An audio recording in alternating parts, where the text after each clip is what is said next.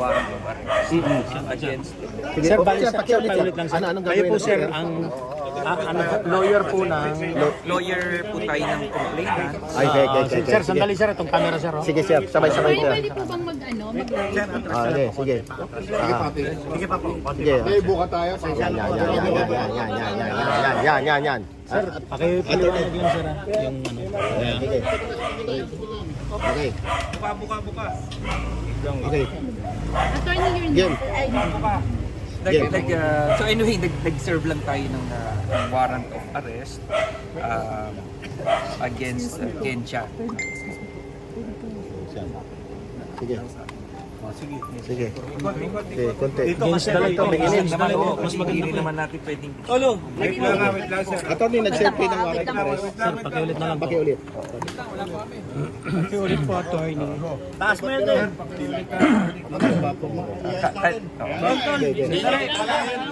Ayusin na lang Hindi nga pwede dyan din dito, bawal daw dyan. Okay. Attorney. Nag-serve lang ho tayo ng warrant of arrest against Ken Chan para po dun sa kanyang kinakaharap na kaso. Oo. Meron pong pending warrant of arrest na in-issue ho ang korte. Sa kanya kasama yung kanyang mga co-accused. So hindi na-serve yung warrant ngayon at patuloy na hanapin siya. Attorney, para po sa kalinawan, ano po yung exactly case na ipinail po kay Ken? Siya po at kasama yung I think mga 7 more co-accused. Sila po ay nakakasuhan ng syndicated estafa under Article 315 of the Revised Penal Code. So meron po silang pending na kaso. Ito po ay nasa husgado na at meron nga pong pending warrant of arrest. Yung basic details lang po ng kaso. Kung bakit po siya nakasuhan. Basically, merong complainant na according to the complaint ay hiningan ng investment. Hindi Ken Chan, hiningan ng investment. Hindi naman sila authorized to solicit investments from the public. And using misrepresentations and fraudulent schemes ay nakakuha sila ng pera against dito sa complainant. At dahil nga doon ay nakasuhan ng syndicated estafa. Gaano po karaming complainant at ito investment scam? Magkano pinag-uusapan po natin dito? Dito po sa kaso na aking pong hinahawakan ay isa lang po yung complainant. Pero may hindi ko po alam kung may mga iba pang complainants against them. Pero ito po sa kaso na ito ay isa lang po ang nire-represent ko namin na complainant. At more or less ang involved na pera ay mga nasa 14 million. Sa isang 14 million. Sa isang bigayan lang to. Siguro I think base dun sa complaint, mga 2 bigayan lang yun. So this is a matter of in less than a year. Itong nakuha ito. At isang complainant lang po ito. Isang complainant pa lamang ito po. Hindi po natin alam Wala kung pa may kayong iba pa po. ibang complainant na alam?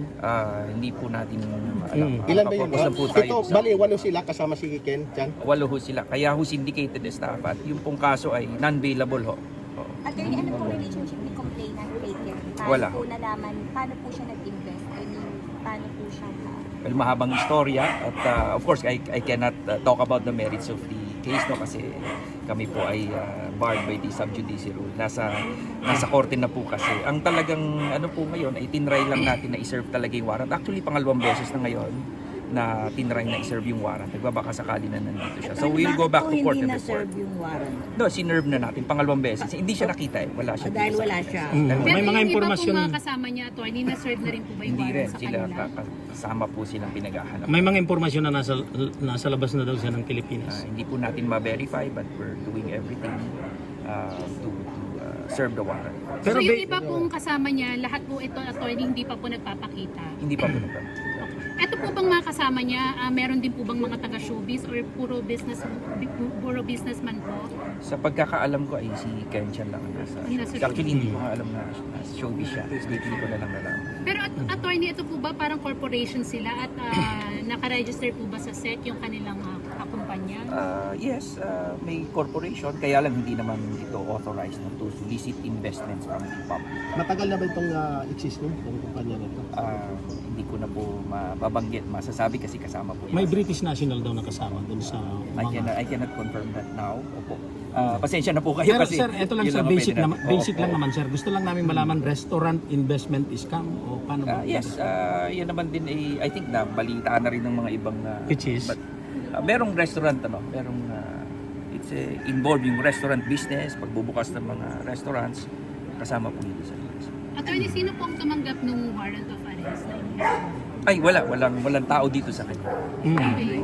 So ano pong mangyayari kung after this po? Ano po yung next step? Hindi ko po pwedeng sabihin anong gagawin namin as being lawyers kasi ayaw rin natin masunog tayo sa Sinong kasama po ninyong nagsilbi ng warrant of arrest? Ay, meron po tayong law enforcement.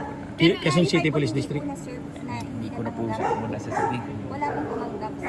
Walang tao po eh. So attorney, Serve yung first warrant. I'm not sure pero kailan lang din lumabas yung dito rin. Doon sa attorney, kaso. dahil hindi po na-serve yung warrant at wala nga pong tumanggap, kasi may mga talks po na nasa ibang bansa na si Kenshan. Ano po ang mangyayari kung sakali po na bumalik siya ng Pilipinas? Ay, isuserve agad yung warrant. Pero i-report muna ito sa court. Pero hindi naman po paano siya... po kung hindi na bumalik? Hihintayin natin siya makabalik. At, Wala but of po. course, meron pa po tayong mga gagawin pero hindi po namin pwedeng sabihin. Wala po kayong pagkilos sa Bureau of Immigration para ipakansil ang kanyang Of passport? course, we will do everything po. Para mabigyan din siya ng pagkakataon na harapin niya yung kaso. Sir, last na lang, yun bang magi-invest, yung investor ba, direct ang kausap ay si Kenshan? Yes. So sa kanya rin napupunta yung pera? Sa kanya. Yun Okay. lang po nangyari. I think 2022 nag-start yung mga transactions. So, nagkaso noong 2023. Attorney, pwede bang i-discuss nyo kung ano po yung pwedeng haraping violation ni Kenshan at ano po yung parusa? Sige ho, last na ho ito. So, yung kaso is syndicated estafa. Oo, ito po ay non-bailable offense at ang mga naharap po sa ganitong kaso ay maaring makulong o reclusion perpetua po ang parusa po. Wala pong pakikipag-usap. Without, ano? Wala pong pakikipag-usap na negosasyon para i-settle out of the court yung kaso. Sa akin pong pagkakalam ay wala po, kami po as lawyers ay nakafocus lang po kami doon sa legal process. Yung mga pag-uusap po na gano'n ay sa complainant. Kompletong pangalan na lang, attorney. Ako po si Attorney Joseph Noel Estrada. Okay. Attorney, sabi niyo po 14,000 sa client, may ballpark figure po ito tayo, magkano? 14 million, magkano sa buo, yung lahat na ano? Yun lang, yung sa amin, yung sa complainant na aming nire-represent, yun lang po, yung 14 million. Baka May pwede, estimated kayo kung magkano yung total?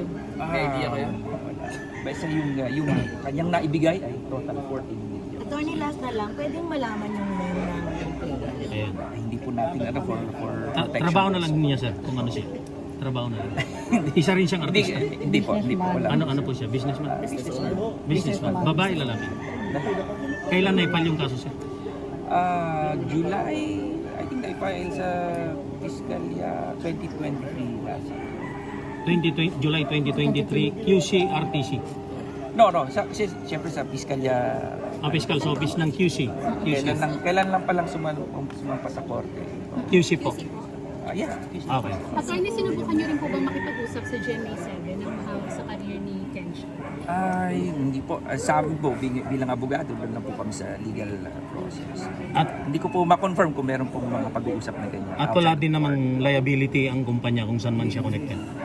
I wouldn't speculate for now. Nakafocus lang po kami muna doon sa syndicated. Attorney, kung halimbawa babayaran ni Kenshan ng 14M, pwede po ba makipag-compromise? Pwede po ba hindi siya maserve ng warrant of arrest?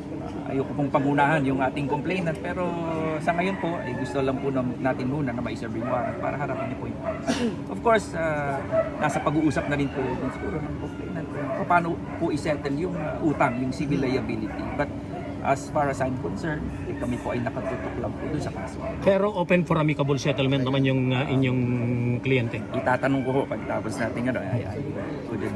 Attorney, for soundbite lang, ano po bang pangako dun sa investment? Magtatayo ba ng restaurant? Paano po ba? Well, katulad ng mga siguro yung mga usual na investment scam, nangako ng malaking interest, monthly interest na kita. Kaya nga po, ang lagi namin sinasabi, mag-iingat yung publiko. No? If it's too good to be true, then it probably is. Diba? Pero may balita, Attorney, na sinabihan daw yung complainant na lugi nga raw kasi so kanya yung babae.